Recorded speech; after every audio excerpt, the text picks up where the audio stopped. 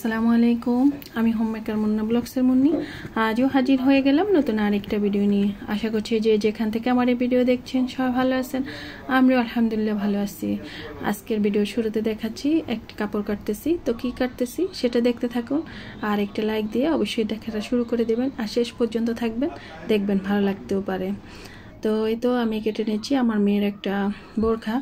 তো বোরকাটা প্রায় কাটা শেষ, এখন হাতের অংশ কেটে নিচ্ছি আর কিছু টিকিনের জন্য টুকিটাকি কিছু কাটাকাটি করে নেব।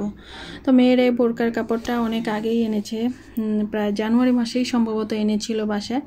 তো আসলে সেলাই করে আর সেলাই করা হচ্ছে না। তো মেয়ে কেবল এই কয়েকদিন বলতেছে ওর নাকি বোরখাগুলো সব পুরনো হয়ে গিয়েছে, তো ওই বোরখাগুলো এটা বানিয়ে দেওয়ার জন্য, আর ওই বোরখাগুলো সে না তো পরবে না।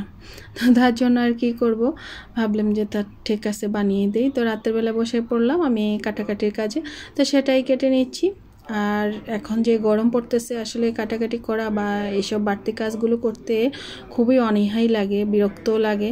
আর তারপরেও কি করব, মেয়ের যেহেতু বলতেছে বারবারই, তো বানিয়ে দিচ্ছি। আর আমার কাজটাও আমার মাথার উপর থেকে সরে গেল, সেটা একটু স্বস্তি লাগবে এই আর কি। তো তার জন্যই তো কেটে নিচ্ছি। তো এখন কেটে নিচ্ছি, অবশ্য যেহেতু ফিতা লাগবে পিছনে, তো ফিতার অংশটুকু কেটে নিচ্ছি। তো আসলে আমি বোরকার কাজ শিখি নাই, কিন্তু মেয়ের এই পর্যন্ত 3টা বোরকাই এটা সহ আগে 3টা বোরকা বানিয়েছি।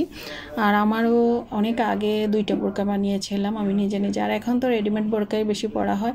আর আমার পুঁতিপাতির বোরকাগুলো তেমন একটা পছন্দ না, আমার পরতে ভালো লাগে না। আমি প্লেন বোরকাগুলোই পরি, খুব অল্প দামে আর পরতেও খুব আরামদায়ক হয়, আর সেগুলোই আমি অবশ্য পরে নিই। তো সেগুলো কিনেও নিই, যদিও খান সাহেব আমাকে বলতেছিল আমার জন্য কাপড় নিয়ে আসবে। আর আমি তো প্রিন্টের বোরকা পরি না, এক কালার বোরকাগুলি অবশ্য পরে থাকি। তো আমাকে বলতেছিল যে কাপড় এনে দেওয়ার জন্য, আমি বানিয়ে নেওয়ার জন্য। বললাম যে না, যে টাকা দিয়ে বানাবো আর কাপড় কিনতে, তার চেয়ে ভালো একটা বোরকাই কিনতে পাওয়া যাবে রেডিমেড। তো তার জন্যই আর কি। আর মেয়ে যেহেতু একটু ও এই ধরনের বোরকাগুলো পরতে পছন্দ করে, আর রেডিমেড বোরকাগুলো ওকে পরলে ভালো লাগে না, কারণ একটু শুকনা, তো তার জন্যই।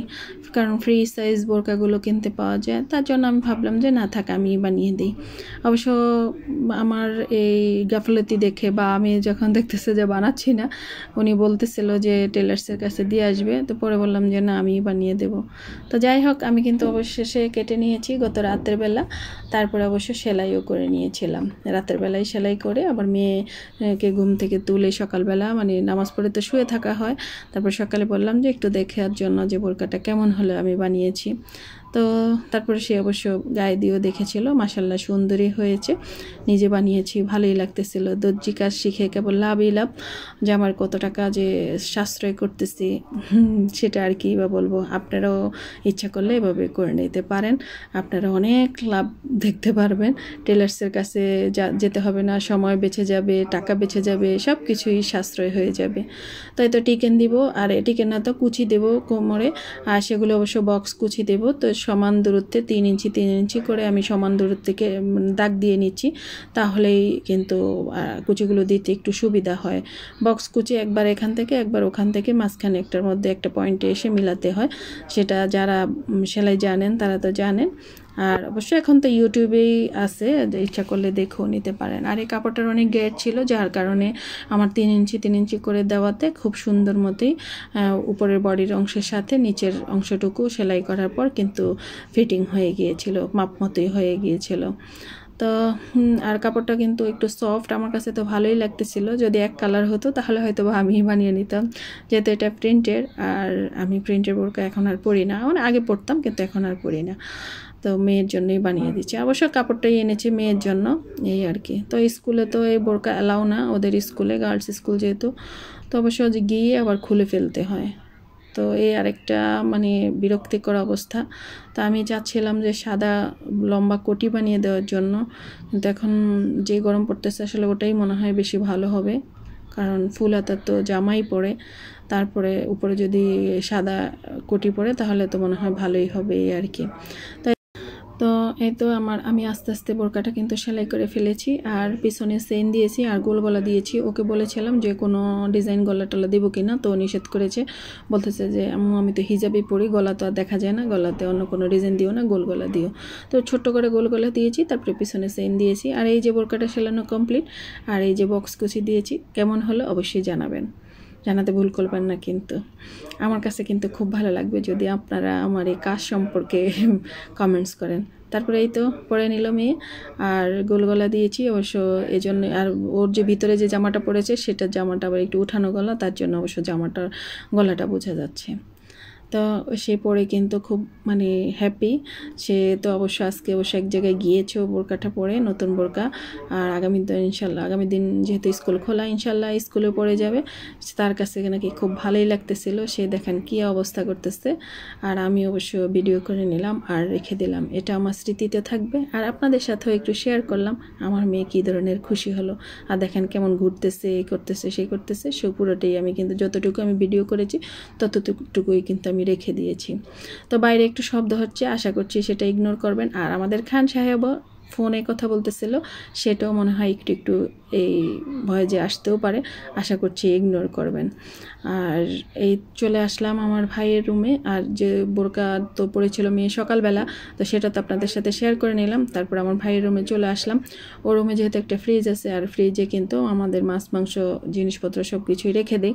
তো ভাবলাম ফোনটা নিয়ে যাই, বাইরের রুমটা একটু শেয়ার করি। আর এই আয়নাটা তিতলি অবশ্য ক্লে দিয়ে করে দিয়েছে, সাজিয়ে দিয়েছে।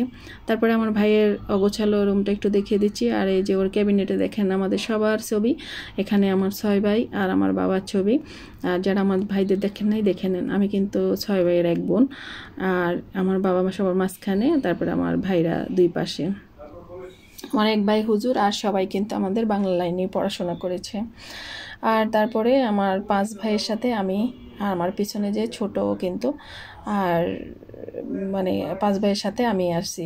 একটা ঈদের সম্ভবত এই ছবিটা তুলেছিলাম, আমি সে কাপড় পরেছিলাম সেই ছবি। আর এই যে আমাদের বাচ্চাগুলো, এখানে অবশ্য একটা বাচ্চা নেই, আমাদের ফ্যামিলিতে আরেকটা বাচ্চাও আছে।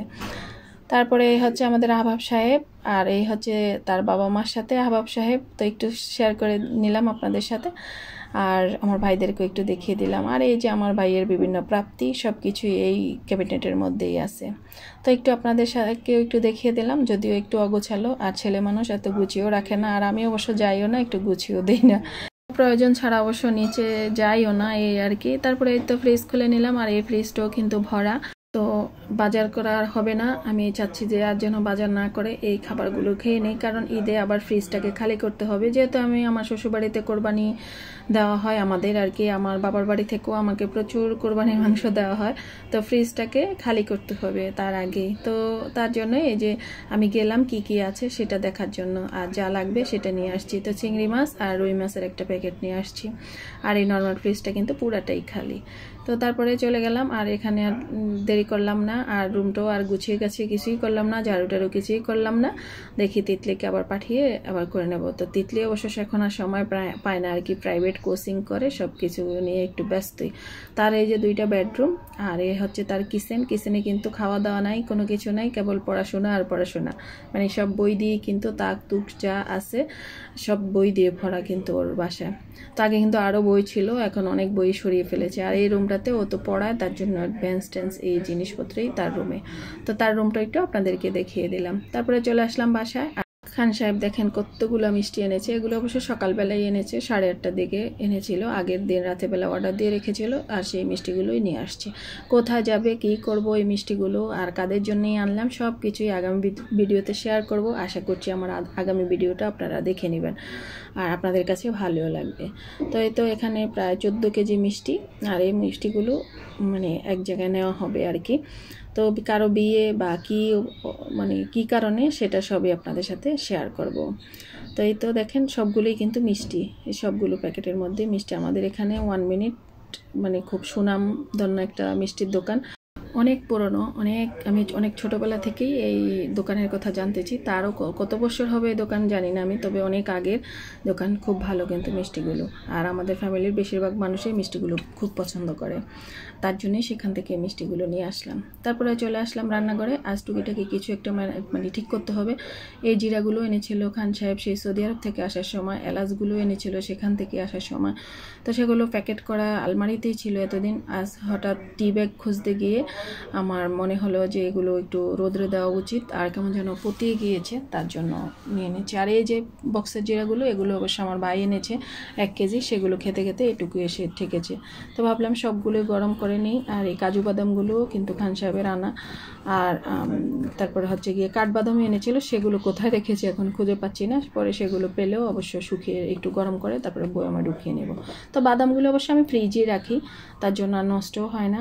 আর আগেরও কিন্তু এখানে চীনা বাদাম আছে, কাঠবাদাম আছে, কাজু বাদাম আছে, তো সেই সাথেই আবার এই কাজু বাদামগুলোও রেখে দিলাম। তো আজকের ভিডিওটা এ পর্যন্তই। সব ভালো থাকবেন, সুস্থ থাকবেন, নিরাপদে থাকবেন, আমাদের জন্য দোয়া করবেন। আল্লাহ হাফেজ, আসসালামু আলাইকুম।